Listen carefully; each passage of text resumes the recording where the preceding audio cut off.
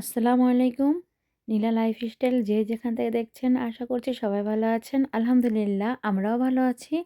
আমি নীলা ইতালি থেকে বলছি। প্রতিদিনের মতন আজকে একটা নতুন ভিডিও নিয়ে হাজির হয়ে গেছি। আর আজকের ভিডিওটা আমি সকাল থেকেই শুরু করেছি। এই যে দেখেন কি সুন্দর পরিবেশ। গত ৪-৫ দিন পরে এরকম রোদ উঠেছে সকালে। যেমন তো ঠান্ডা তেমন তো বৃষ্টি ছিল গত ৪-৫ দিন আগে। আর আজকে হচ্ছে এরকম অবস্থা। বলা যায় না আবার কখন আবহাওয়া খারাপ হয়ে নেমেও আসতে পারে বৃষ্টি। আর ইটালিতে কিন্তু বেশিরভাগই সময় শীতের মধ্যেই বেশি বৃষ্টি হয়ে থাকে।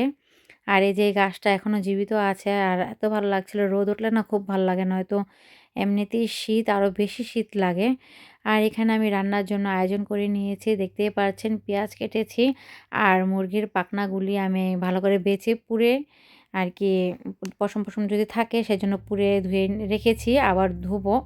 আর এখানে আমি ফ্রাই প্যানের মধ্যে তেলটা দিয়ে পেঁয়াজ দিয়ে দিলাম, একটু ভেজে নিব। আর মশলার মধ্যে এলাচি, দারচিনি আর হচ্ছে গরম মশলা, মানে গরম মশলা বলতে তো দারচিনি, এলাচি, লবঙ্গ, তেজপাতা যা যা আমি আর কি নর্মালি সবসময় দিই তাই দিয়ে দিলাম। আর এই যে এখন ভালো করে পেঁয়াজটা ভেজে নিয়েছি। পেঁয়াজটা ভেজে নেওয়ার পরে আমি পেঁয়াজের সাথে আর গরম মশলার সাথে হলো আদা রসুন বাটা দিয়েও সুন্দর করে ভেজে নিয়েছি। তারপরে হলুদ ফাঁকি, ধনিয়া ফাঁকি, লবণ, যা যা মশলা আমি খাই আর যতটুকু দেওয়া প্রয়োজন ততটুকু আমি দিয়ে নিয়েছি। দিয়ে ভালোভাবে কষিয়ে নেব। তারপরে দেখতেই পাচ্ছেন কষানো হয়ে আসলে একটু আমি টমেটো দিয়ে দিয়েছি। মানে ছোট্ট একটা টমেটো দিয়েছি। টমেটোটা দিলে ভালোই লাগে। একটু কালারও হয় আর ঝোলটা একটু ঘন হয় আর খেতেও ভালো লাগে, টকটক ভালোই লাগে, খারাপ লাগে না। আর ইতালিতে আসার পর থেকে কিন্তু বেশিরভাগ টমেটো তরকারি খাওয়া হয়।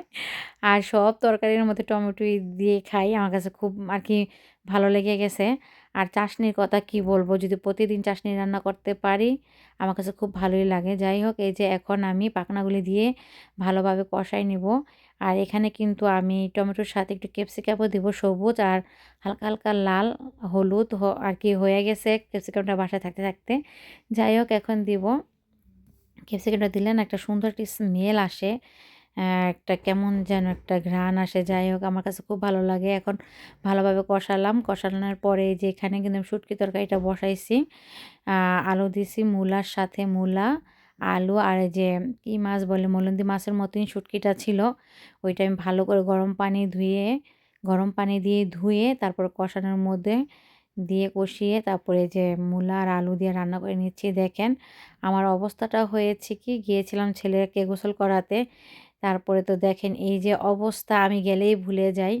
আমার অবস্থাটা এই খারাপ হয়ে গেছে। আমি একটু মনে থাকে না আমার কেন জানি। তো পুড়ে ছাই, ছাই হয়ে গেছে, কি করার। আলহামদুলিল্লাহ আরও বেশি টেস্ট বেড়ে গেছে, এটাই খাবো। তারপরে তো ছেলেকে গোসল-টোসল করিয়ে রান্না যেহেতু শেষ, আমার প্রিপারেশন তো এখন খাবারের পালা। এখন খাওয়া-দাওয়ার জন্য প্রিপারেশন নিচ্ছি। এই যে দেখেন খাবার সব নিয়ে নিছি। এখন রুমে যাব, খাবো। তারপর তো ঝটপট করে রেডি হতে হবে। যেহেতু আমরা একটু বাইরে যাব।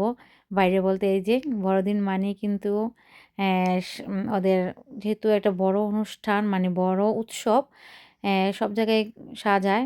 তো আমরা যেহেতু বন্ধের দিন একটু আসি আর এখানে তো সবসময়ই আসি। এসে একটু ঘোরাফেরা করছিলাম। তারপর ঘোরাফেরা করার পর আমাদের কিছু প্রয়োজনও ছিল কেনাকাটা। আর আমার ছেলে তো খেলনা না কিনলে পেটের ভাত হজমই হয় না। আর এই যে চলে আসছি চায়না দোকানে। চায়না দোকানে এমন কিছু নাই যে নাই, সবই আছে, সবই পাওয়া যায়।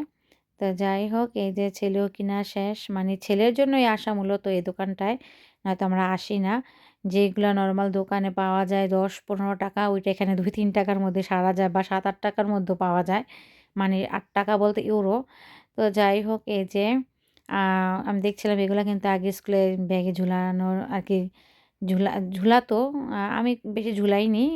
তো আমি দেখতাম। তো এই যে তারপরে এখানে ছিল দরকারি জিনিস। এটা আমি দেখে অবাক হয়ে গেছি। এখানে আমি ভাবছিলাম যে ফেস ওয়াশ, কিন্তু না, এটা ফেস ওয়াশ না। এটা হলো কি বলে স্ক্রাব, মানে মুখের না শরীরের। এই যে দুলছে, মানে গোসলের সময় এটা স্ক্রাবিং করে তারপরে সাবানের পরিবর্তে এটা দিয়ে গোসল করে। একেক সময় একেকটা ওরা না ঘুরায়, মানে ডেকোরেশনটা চেঞ্জ করে। যাই হোক, ভালোই লাগলো। তারপরে তো একটু ঘুরলাম আর এখানে সম্পূর্ণ সব, এখানে সবই সাবানের আইটেম, মানে ফ্রেশ হওয়া সবকিছু। তারপর তো এই যে ছেলের জন্য একটা সাবান নিয়ে নিলাম। এটাই অনেক দরকার ছিল। আর এখন কিন্তু বিল দেওয়ার পালা, বিল দিয়ে ঝটপট করে বাসায় যেতে হবে, অনেক ঠান্ডা বৃষ্টি। এমনি ছেলের শরীর ভালো না, তো ঘোরা যাবে না। তারপর তো বাসায় চলেই আসছি। দেখেন আমি ওভেনে নুডলস গরম দিয়েছি 3 প্যাকেট, এই যে ভেজিটেবল নুডলসটা, যে চিকেন ভেজিটেবল। ভাবলাম যে একটু কালারিং সবজি দেই, ক্যাপসিকাম, তারপর পাতাকপি, টমেটো, পেঁয়াজ, কাঁচামরিচ দিয়ে রান্না করব। আর একটু বেশি করে রান্না করব, কারণ দেখা যাচ্ছে অনেক রাত্র হয়ে গেছে, মানে সন্ধ্যা তো তাড়াতাড়ি হয়ে যায়, আর আমরা আস্তে আস্তে সন্ধ্যা হয়ে গেছে। তবে একটু যা যা কেনাকাটা করে নিয়ে আসছি জায়গা মতো রাখতে রাখতে একটু মনে করেন রান্না করে খেতে খেতে রাত্রে হয়ে যাব। তারপরে এটা খাওয়ার পরে আর ভাত খাওয়ার সময় থাকবে না।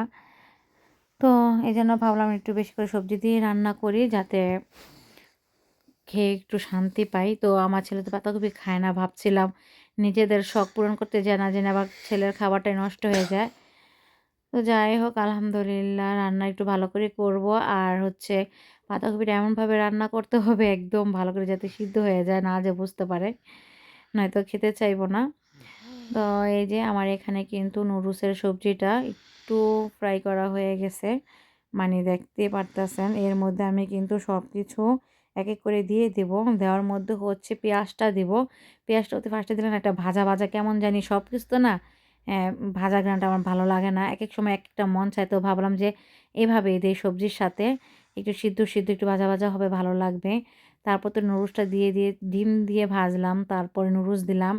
তারপর নুডলসের যে মশলাটা থাকে, 3 প্যাকেটে 3টা মশলা থাকে, আবার মরিচের ফাঁকিও থাকে। মরিচের ফাঁকিগুলো দেই নাই, শুধু 1 প্যাকেট মশলা দেওয়া হয়েছে, 3 প্যাকেট পুরাও দেই নাই। তো এই যে শসা নিয়েছি, এক্সট্রা করে কাঁচামরিচ নিয়েছি আমার জন্য। কেমন হলো অবশ্যই জানাবেন। আজকে ভিডিওটা এ পর্যন্তই। আল্লাহ হাফেজ, সবাই ভালো থাকবেন।